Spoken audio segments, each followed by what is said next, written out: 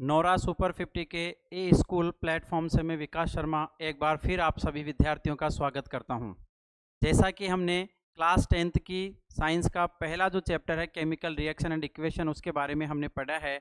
और chemical reactions में हमने कॉम्बिनेशन रिएक्शन, डिसोसिएशन रिएक्शन और डिस्प्लेसमेंट रिएक्शन, एक्जोथर्मिक रिएक्शन हमने पढ़ ली है। आज की इस क्लास में हम पढ़ेंगे एक्जोथर्मिक के बाद में आती है आपके एंडोथर्मिक रिएक्शन। तो आइए विद्यार्थियों, आज की इस क्लास की शुरुआत करते हैं हम एंडोथर्मिक रिएक्शन से।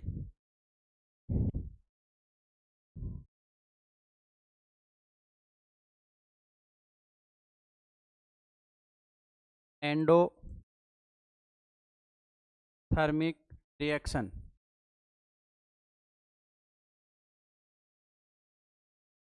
देखो इसके पहले हमने पढ़ी थी एक्जोथर्मिक रिएक्शन। तो एक्जोथर्मिक रिएक्शन में क्या था? वो रिएक्शन जिसमें एनर्जी या हीट का प्रोडक्शन होता है वो एक्जोथर्मिक रिएक्शन कहलाती है। अब बात करते हैं यहाँ पर एंडोथर्मिक रिएक्शन की।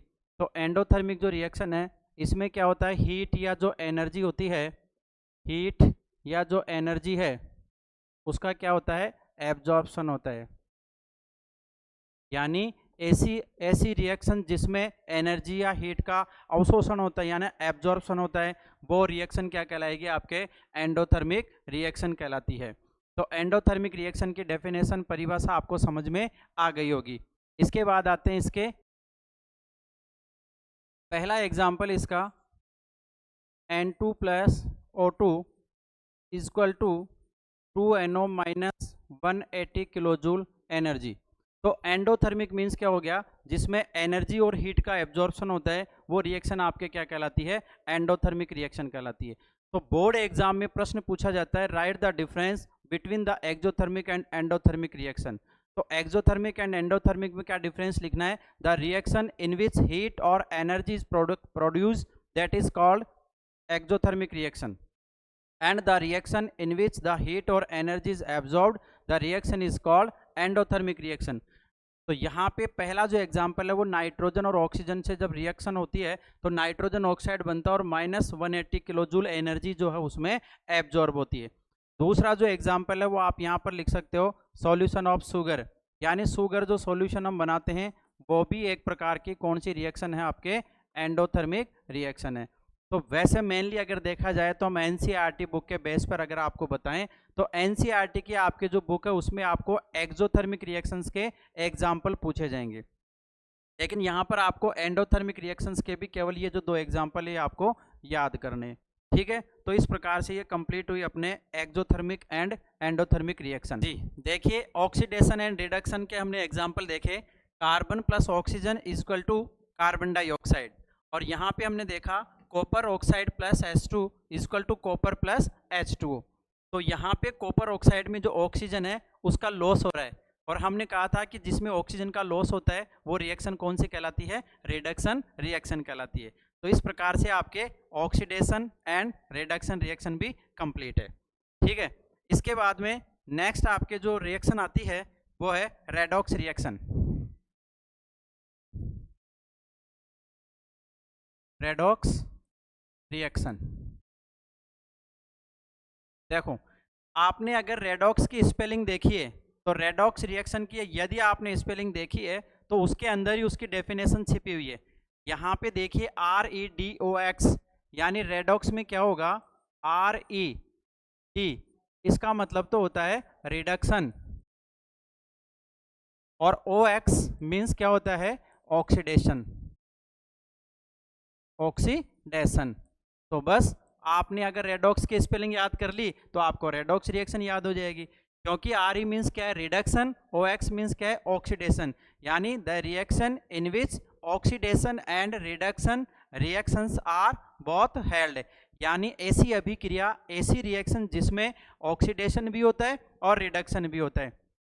हम कह सकते हैं कि ऐसी रिएक्शन जिसमें ऑक्सीडेशन और रिडक्शन दोनों रिएक्शन साथ साथ में होती है वो आपके क्या कहलाएगी, रेडॉक्स रिएक्शन कहलाएगी। तो यहाँ क्या लिख सकते हैं अपन, ऑक्सीडेशन और रिडक्शन दोनों ही रिएक्शन साथ साथ में होती है तो उसको हम कहते हैं रेडॉक्स रिएक्शन। यानी एक जो सब्सटेंस होता है वो ऑक्सीडाइज्ड होता है और दूसरा जो सब्सटेंस होता है वो रिड्यूस होता है, इसको हम रेडॉक्स रिएक्शन बोलते हैं। यहाँ पर देखिए आप एग्जाम्पल पहला, कॉपर ऑक्साइड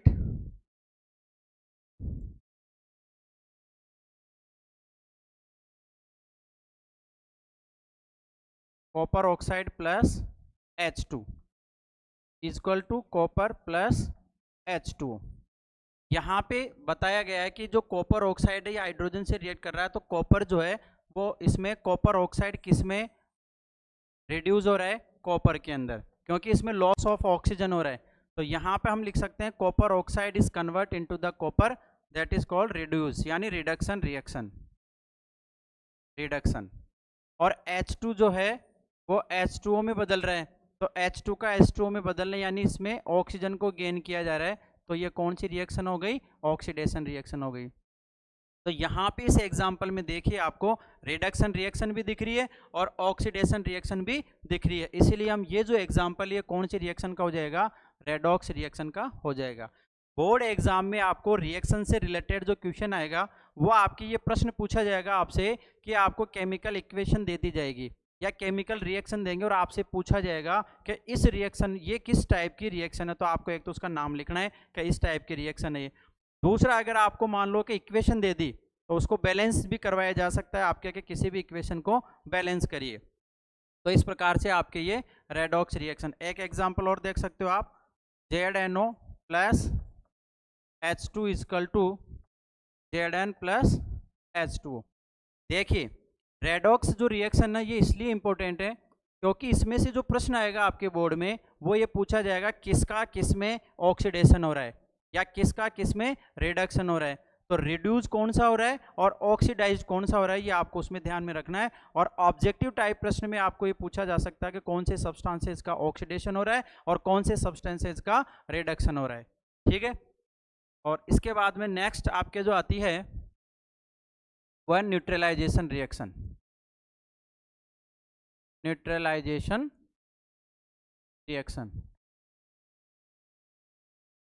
देखिए न्यूट्रलाइजेशन रिएक्शन में क्या होता है, एसिड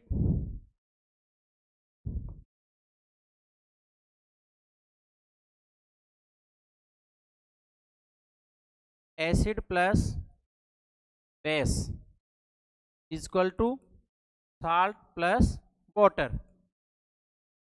न्यूट्रलाइज मीन्स न्यूट्रलाइज होना, एसिड जब बेस से रिएक्ट करता है तो बेस क्या करता है, उस एसिड के इफेक्ट को न्यूट्रलाइज कर देता है, इसे हम क्या कहते हैं, न्यूट्रलाइजेशन रिएक्शन कहते हैं। The reaction in which acid and base are react and form the salt and water. जब एसिड और बेस दोनों रिएक्शन करते हैं, रिएक्ट करते हैं तो सॉल्ट एंड वाटर का फॉर्मेशन होता है, इसे हम कहते हैं neutralisation reaction.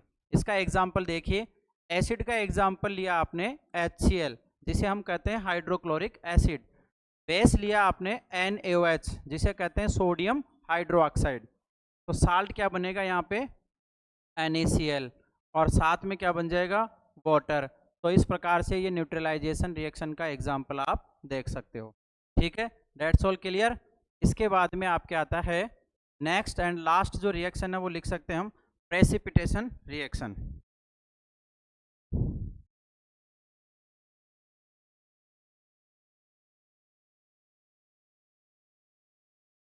Precipitation reaction, precipitate reaction. देखिए आप इसको शॉर्ट में हम क्या कहते हैं, PPT यानी प्रेसिपिटेशन रिएक्शन, PPT बोलते हैं इसको। और PPT मीन्स क्या होता है, इनसोल्यूबल सब्सटेंस, इनसोल्यूबल जो सब्सटेंस होता है वो प्रेसिपिटेट यानी PPT कहलाता है। तो यहाँ पे एक एग्जांपल आप देख सकते हैं कि BaCl2 यानी बेरियम जो क्लोराइड है इसकी रिएक्शन हम करवाते हैं Na2SO4 के साथ में यानी सोडियम सल्फेट के साथ में। तो यहाँ पे क्या बनेगा, BaSO4 प्लस 2NaCl। यहाँ पे देखिए कि जो बेरियम सल्फेट बनता है इसकी वाइट PPT प्राप्त होती है आपको, इसकी वाइट PPT प्राप्त होती है बेरियम सल्फेट की। अब यहाँ पर बोर्ड में प्रश्न पूछ लिया जाता है, यहाँ पे आपको पूछा जाएगा कि ऐसी कौन सी रिएक्शन है जिसमें वाइट PPT प्राप्त होती है। तो वाइट PPT किस में प्राप्त होगी, आपके प्रेसिपिटेशन रिएक्शन के अंदर। और जो वाइट PPT वाला जो सब्सटेंस होगा वो कौन सा होगा, बेरियम सल्फेट होगा, ठीक है। तो इस प्रकार से यहाँ पे हमने जो केमिकल रिएक्शंस वाला जो पार्ट पढ़ा है, देखिए हमने स्टार्टिंग में कहा था कि जो केमिकल रिएक्शन एंड इक्वेशन वाला जो चैप्टर है आपके, इस चैप्टर को हमने 2 पार्ट्स के अंदर डिवाइड किया था। पहला पार्ट हमने पढ़ा है केमिकल रिएक्शन के बारे में, सेकंड पार्ट आता है इसका केमिकल इक्वेशन के बारे में। तो अब तक हमने जो केमिकल रिएक्शन पढ़ी, उसके डेफिनेशन पढ़ी, उसके टाइप्स पढ़े और उसके एग्जाम्पल हमने पढ़े हैं। इसके बाद में आपकी ये आता है कि अभी अभी जस्ट हमने जो ऑक्सीडेशन रिएक्शन पढ़ी है, देखिए अभी हमने जो ऑक्सीडेशन रिएक्शन पढ़ी है, उस ऑक्सीडेशन का क्या इफेक्ट होता है, इफेक्ट ऑफ ऑक्सीडेशन, यानी आवर डेली लाइफ, हमारे दैनिक जीवन में ऐसी कौन सी घटनाएं हैं, ऐसी कौन सी इवेंट्स है जो हमें ऑक्सीडेशन की वजह से देखने को मिलते हैं। तो यहाँ पे हम देख सकते हैं there are 2 effect of oxidation, oxidation की वजह से 2 इफेक्ट देखने को मिलते हैं। पहला आता है आपके कोरोजन और दूसरा आता है रेंसिडिटी, रेंसिडिटी। देखो कोरोजन मीन्स क्या होता है, एक सिंपल आसान शब्दों में मैं आपको बता दूं, कोरोजन मीन्स क्या होता है, जंग लगना। और जंग को हम क्या बोलते हैं, रस्ट, यानी formation of rust is called corrosion. Formation of rust यानी जब भी कोई मेटल, अगर कोई मेटल जो है ये किसी मान लो एसिड, बेस या मॉइस्चर के कांटेक्ट में आती है, तो इस मेटल की जो सरफेस है ना वो क्या हो जाती है, कोरोड हो जाती है। और कोरोड होने का जो प्रोसेस है वो क्या कहलाता है, कोरोजन कहलाता है। यहां लिख सकते हैं upon the formation of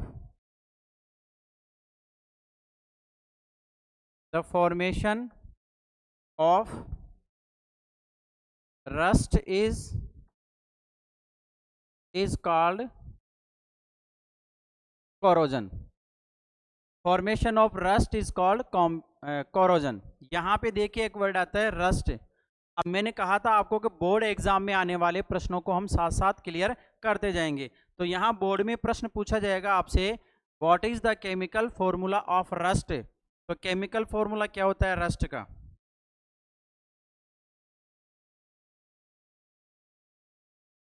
rust का केमिकल फॉर्मूला क्या है,